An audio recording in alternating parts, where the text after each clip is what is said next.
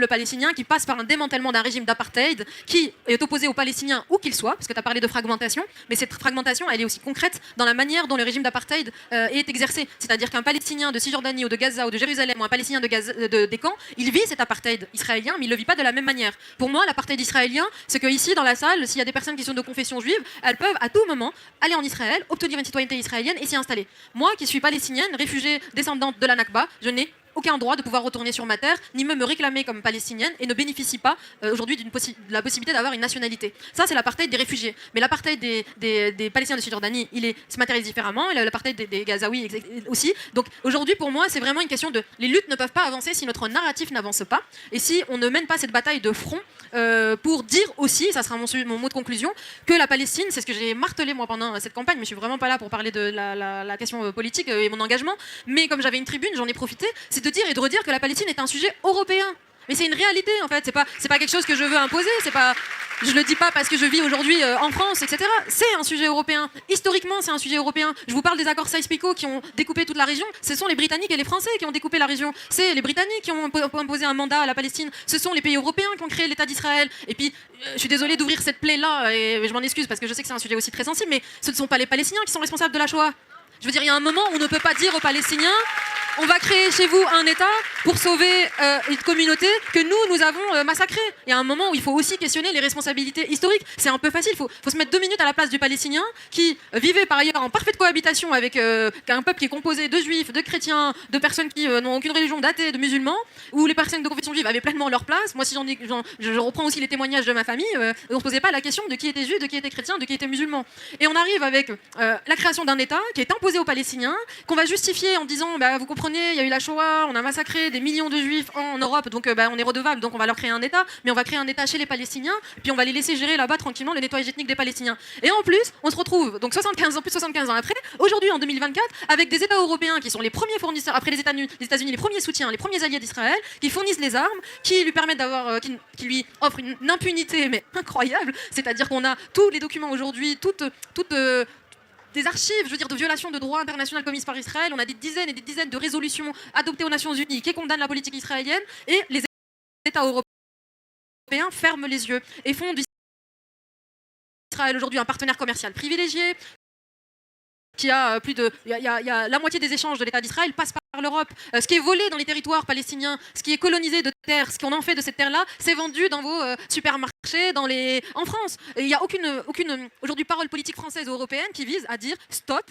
à ces violations et on avance vers une reconnaissance des droits du peuple palestinien. Donc il faut aussi resituer, si vous voulez, ce qui se passe là, pas juste comme un sujet d'intérêt, d'un sujet international qui nous intéresse. Ces sujets, ils vous concernent sur le plan historique, sur le plan politique, sur ce qui est fait aujourd'hui de la politique européenne et ce qui est fait aux Palestiniens. Nous avons tous aujourd'hui une responsabilité. Nous vendons des armes à Israël, nous soutenons ce régime d'extrême droite, raciste, fasciste, qui est en train de génocider un peuple, qui est en train de coloniser ce qu'il reste de territoire. Nous le soutenons dans sa politique. On accueille en France des séminaires pour revendre des terres palestiniennes qui sont volées en Cisjordanie. Il faut quand même se resituer ce qui se passe, quoi. On a des binationaux qui sont à Gaza, qui se filment en train de tuer des Palestiniens et qui le font en français. Je veux dire, voilà, donc on a une responsabilité sur ce que est devenu aujourd'hui la cause palestinienne, et on doit aussi, cette responsabilité nous oblige aussi à donner la parole aux Palestiniens. Et moi, ça sera mon mot de conclusion. Après près d'un siècle de colonisation, les Palestiniens n'ont pas de leçons à recevoir, ils ont des leçons à donner.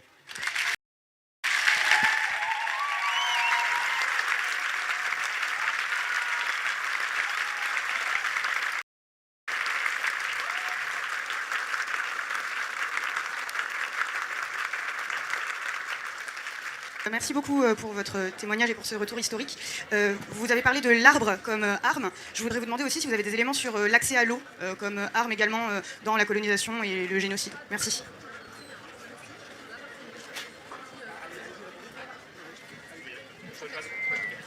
Je pense que Rima complétera sur l'actualité. Moi, je peux donner un contexte historique aussi sur cette guerre de l'eau. C'est que oui, en effet, c'est l'aménagement du territoire dans son ensemble qui constitue une arme plus que l'arbre en lui-même. Et quand on parle d'aménagement du territoire, on parle aussi de détournement d'eau, de cours d'eau, d'assèchement, comme je disais, de zones humides, etc. Oui, il y a une bataille de l'eau parce qu'il y a une aquifère principale qui permet à tous les habitants entre la mer et le Jourdain de boire de l'eau et qui est située sous la Cisjordanie. Ça, je pense que Rima elle pourra abonder et rajouter là-dessus. Moi, si je peux juste donner des éléments un peu plus sur l'aménagement, je pense que s'il y a un lieu qui raconte cette histoire-là et qui, en plus, la conjugue avec la destruction des territoires palestiniens, c'est la mer Morte.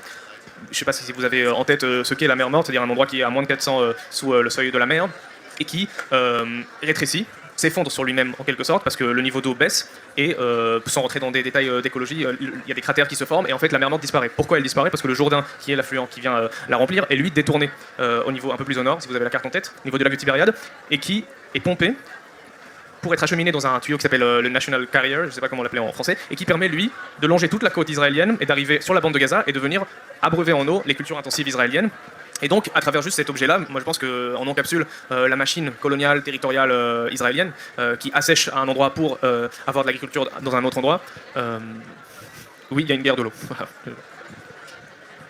Moi, je vais surtout vous donner des ressources pour pouvoir vous documenter, parce qu'il faudrait limite une conférence que sur ce sujet. Mais donc, le rapport d'Amnesty a tout un volet sur justement les ressources et sur la manière dont Israël s'accapare l'eau et en fait vraiment une stratégie militaire à part entière. Et il y a aussi, je cherchais juste la date, un rapport d'information qui a été déposé à l'Assemblée nationale, à la Commission des affaires étrangères en 2011 et qui s'intitule la géopolitique de l'eau, et vous avez toute une analyse qui est faite, ce rapport avait fait un peu scandale en Israël, parce ça émanait de travaux portés au sein de l'Assemblée nationale, mais qui se base justement sur les travaux des chercheurs et d'ONG, et qui explique très bien ce que Amnesty a documenté par la suite avec son rapport sur l'apartheid, mais que comment l'eau est utilisée comme un outil militaire à part entière de la colonisation, dans la colonisation israélienne, et que c'est vraiment un outil stratégique, c'est-à-dire que plus précisément en Cisjordanie, puisque les Palestiniens vivent bien souvent de la terre qu'ils cultivent, ils ont besoin effectivement d'avoir accès à ces ressources. Et donc l'eau, la récupération en fait de l'accaparation des autorités israéliennes vise précisément à empêcher les Palestiniens de continuer à vivre sur ce territoire et vivre de la terre. Donc moi je ne suis pas non plus une experte de ce sujet en particulier, mais vraiment n'hésitez pas à vous documenter. Le rapport d'Amnesty est vraiment résumé, et vous avez ce rapport à l'Assemblée nationale déposé en 2011 dans la Commission des affaires étrangères. Vous tapez rapport d'information géopolitique de l'eau et vous tombez dessus, et vous avez aussi énormément de ressources. Pour dézoomer un peu sur tout ça, c'est qu'en fait ces questions-là, pour les aborder dans le contexte colonial israélien, en fait il faut comprendre que le militaire et le civil dans un contexte colonial n'a pas une séparation nette comme nous on la comprend en France. C'est-à-dire quand on dit l'arbre est une arme, l'eau est une arme, en fait en Israël j'ai envie de dire tout est une arme. C'est-à-dire l'agriculture permet aussi d'exclure, de séparer, de déposséder. Ce qui nous apparaît, nous, Européens, comme étant des installations collectivistes, ou voire des utopies socialistes pour certains, à savoir les kibbutz, sont en fait des colonies militarisées qui étaient installées selon un plan stratégique pour conquérir des terrains. Sauf que nous, on nous enseigne ça comme étant des lieux où des gens habitent. Oui, des gens y habitent, mais ce n'est pas le village tel que nous, on le conçoit aujourd'hui. Et je pense que ça, c'est un truc à garder en tête, cette espèce d'hybridation entre civil et militaire dans un contexte colonial.